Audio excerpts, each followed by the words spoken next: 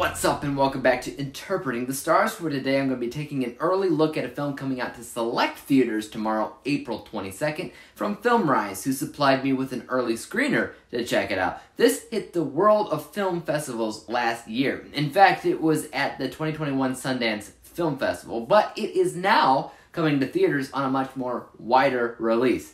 This is a little film called Marvelous and the Black Hole. Marvelous and the Black Hole focuses on troubled teen Sammy, somebody who punishes herself through self-inflicted homemade tattoos, and she also smokes cigarettes on the regular when she meets an older woman with a penchant for close-up magic, specifically geared around performing for kids. And it's through this woman and the mystical world of magic that Sammy begins to see things a little bit more clearly and a little bit more joyfully. Magic!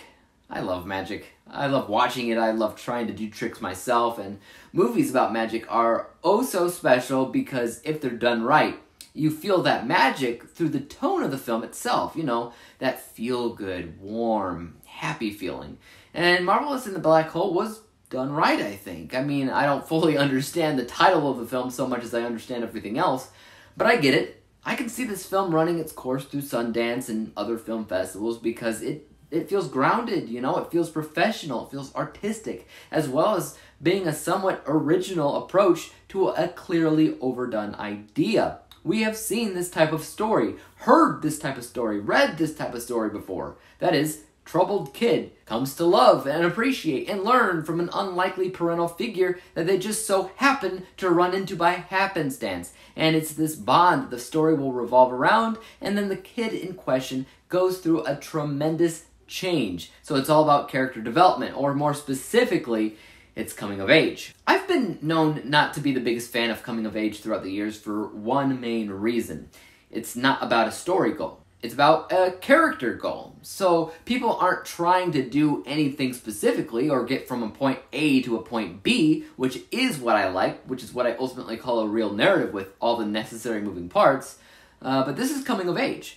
Marvelous in the Black Hole is a relatively straightforward / typical coming-of-age film in that you care about this character, you know, you relate to her. You smile, you laugh, you might even cry at times. You feel for them.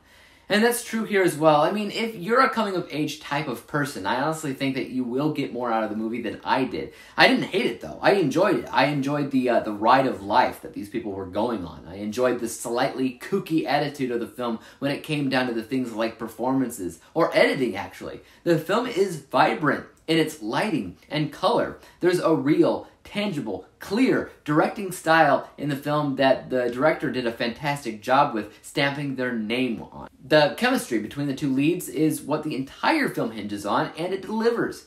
This is not a bad movie by any means. I guess I'm just not in the target audience, but those that are, I think that this will do the trick for you. This review is gonna be a little bit shorter than typical though, because I don't have a ton to talk about.